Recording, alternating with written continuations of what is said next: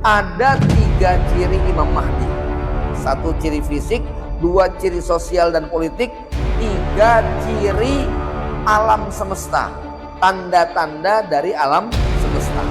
Hanya dalam waktu 1 malam, bangun pagi, Imam Mahdi sudah punya kelayakan menjadi pemimpin tertinggi di seluruh dunia. Apakah Imam Mahdi sudah waktunya untuk keluar? Nah, karena isu-isu yang semacam ini, muncul isu tentang sudah munculnya Imam Mahdi. Dari sepanjang sejarah, sudah banyak Imam Mahdi palsu yang muncul. Ngaku-ngaku sebagai Imam Mahdi. Yang dari Indonesia saja, ada yang dari Sulawesi, ada yang dari Bogor. Bahkan Bapak Ibu pernah dengar yang namanya Lia Eden? Ajaran Lia Eden? Itu juga ada Imam Mahdinya. Abdurrahman namanya. Saya ketemu di Cipinang di penjara dia waktu itu gitu kan ya. Oh, ini Imam Mahdinya Lia Eden begitu kan ya. Ngaku-ngaku sebagai Imam Mahdi.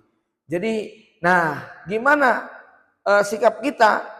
Sikap kita adalah jangan mudah percaya kalau ada isu-isu yang ngajak untuk bergabung bersama Imam Mahdi. Karena memang menjelang akhir zaman akan banyak Imam Mahdi palsu yang ngaku sebagai Imam Mahdi. Lah, terus gimana cara kita membedakan? Bagaimana kita mengetahui apa ciri dan tanda-tandanya? Nah, ini yang perlu kita pelajari ya, supaya nanti Bapak Ibu sekalian kita nggak ketipu ketika ada orang-orang yang mendeklarasikan, mengumumkan, ngajak-ngajak, ayo kita harus gabung dengan Imam Mahdi nih ya. Sebab kalau kita nggak gabung nanti kita jadi kelompok munafik. Karena Rasulullah menyebutkan hadisnya begini. Waktu Imam Mahdi muncul, manusia terbelah menjadi 2. Mukmin sejati atau munafik sejati. Yang gabung sama Imam Mahdi, mukmin sejati. Yang menolak Imam Mahdi, munafik tulen. Kan memang hadisnya begitu, Pak. Wah, kamu kalau nggak mau gabung sama Mahdi, munafik, masuk neraka, kekal di dalamnya selama-lamanya. Nah, ini kalau kita kemakan doktrin-doktrin menyesatkan kayak begini, tentu sangat berbahaya. Ya, Bapak Ibu yang dirahmati Allah Subhanahu Wa Taala, apa ciri-cirinya? Ini sebetulnya pembahasannya dalam dan panjang. Saya sudah nulis bukunya. Inikah Al-Mahdi yang dijanjikan? 960 halaman, Pak. Kemeng bacanya, Pak. Ya, tulisannya kecil-kecil, tebalnya hampir 1000 halaman gitu kan ya. Dari mulai awal sampai nanti akhir perjalanan Imam Mahdi ya. Bapak Ibu yang dirahmati Allah, ringkas aja ya. Apa ciri dan tanda-tandanya? Supaya kita tahu. Kan kalau ciri globalnya tadi ya, merajalelanya kezoliman dan kecurangan. Karena Imam Mahdi nanti akan muncul untuk memberantas kezoliman dan kecurangan diganti dengan keadilan dan kemerataan. Ya. Jamaah rahimakumullah, ada 3 ciri Imam Mahdi. 1, ciri fisik. Yang kedua, ciri sosial. Sosial dan politik. 1 ciri fisik, 2 ciri sosial dan politik, 3 ciri alam semesta, tanda-tanda dari alam semesta. Yang pertama ciri fisik, namanya Muhammad, bapaknya bernama Abdullah, embahnya ya Rasulullah, karena beliau adalah cucunya Rasulullah. Berarti dia adalah orang Quraisy. Keturunannya Fatimah dari jalur Hasan. Nah, kalau orang Syiah meyakini Imam Mahdi mereka keturunan Husain. Paham ya, Pak? Kalau Ahlussunnah wal Jamaah meyakini Imam Mahdi yang namanya Muhammad bin Abdillah keturunan Hasan. Dari jalur bapak. Tapi dari jalur ibu keturunannya Husain. Husain bin Ali. Maka nyambungnya di Fatimah binti Rasulullah SAW. Bisa dipahami ya? Maka Imam Mahdi namanya Muhammad bin Abdillah al-Fatimi al-Hasani al-Quraisy. Itu nama lengkapnya. Ya. Tinggalnya di mana? Tinggalnya di Madinah. Waktu muncul umur berapa?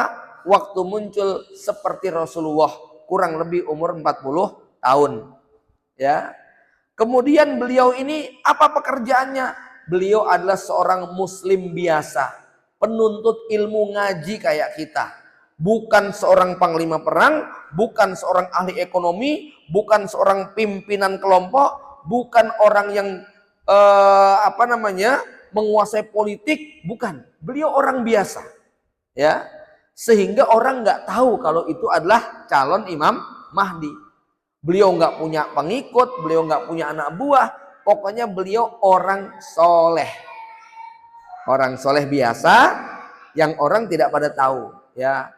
Wajahnya tampan, dahinya lebar, hidungnya mancung, dadanya bidang, jenggotnya lebat.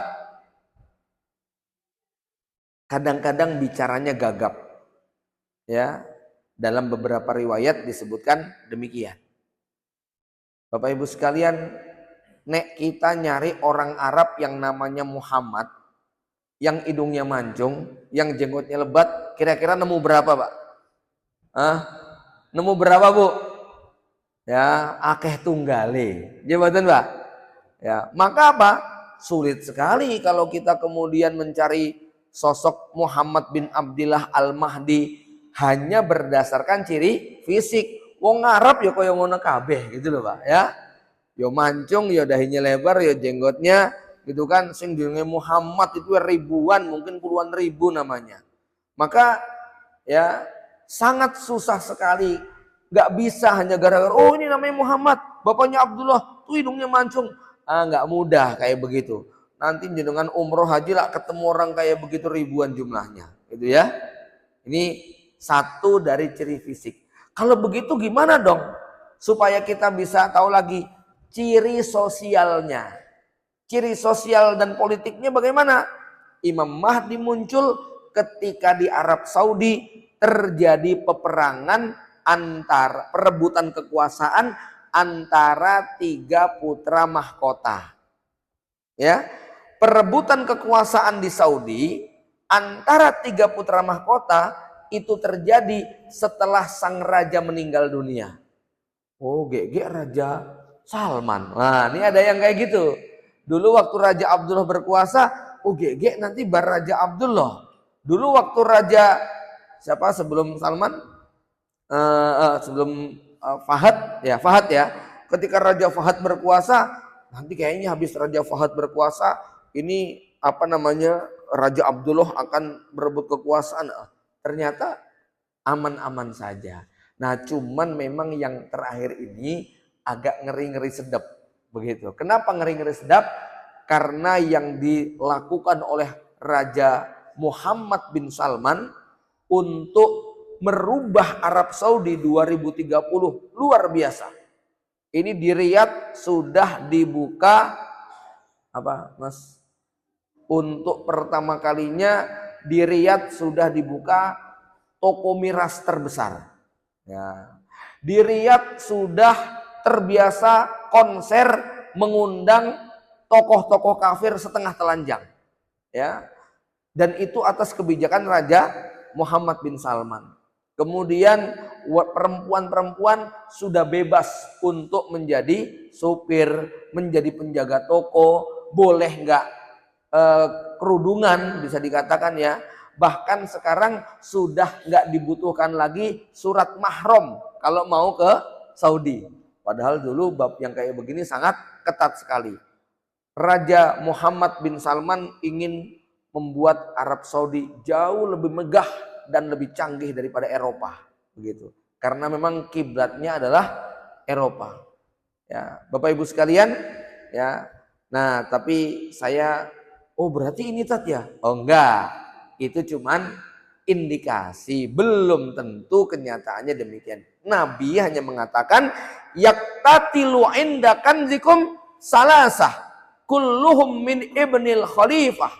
Ya, akan ada 3 orang putra mahkota yang akan berperang setelah wafatnya seorang pemimpin Saudi maksudnya. Ya, tapi Tiga kelompok ini tidak ada satupun yang berhasil menguasai. Summa la yasiru ila ahadi minhum hatta tatlu aroyatasud min qibali Khurasan. Sampai akhirnya tiga orang ini nggak ada yang berhasil. Lalu muncullah panji-panji hitam dari Khurasan atau Afghanistan. Ya, Rasul mengatakan, fa idza ra'aitumuh, kalau kamu sudah melihat bendera-bendera hitam dari arah Khurasan, fabayihu walau habwan ala salji, gabunglah dengan mereka, baiatlah pemimpinnya walaupun harus merangkak di atas salju. Jadi nanti ciri-ciri sosial dan politiknya apa Pak? Terjadi gejolak di Arab Saudi. Wafatnya seorang raja. Kemudian perebutan kekuasaan tiga putra mahkotanya. Kemudian tiga-tiganya nggak ada yang berhasil menguasai. Lalu muncul pasukan panji hitam dari arah Afghanistan. Rasul mengatakan kalau sudah melihat itu berbaiatlah. Ya. Kemudian Imam Al-Barzanji di dalam Al-Isa'ah li Asratis Sa'ah, beliau mengatakan nanti akan ada 7 ulama dari seluruh dunia datang kumpul ke Mekah. Kemudian tanpa ada kesepakatan, tanpa ada janjian, tiba-tiba mereka ngobrol yang sama. Kayaknya ini sudah waktunya ya. Kamu kesini dalam rangka apa? Saya ke Mekah ini pengen jumpa dengan seorang laki-laki yang melalui tangannya Allah akan tegakkan keadilan, Allah akan berantas kezaliman dan kecurangan, ya, sehingga darah umat Islam berhenti tidak tertumpah lagi. Loh, sama, saya juga nyari dia. Ayo kita cari bareng-bareng. 7 ulama ini dalam riwayatnya Imam Al-Barzanji. Kemudian apa? Mereka mencari Imam Mahdi tadi.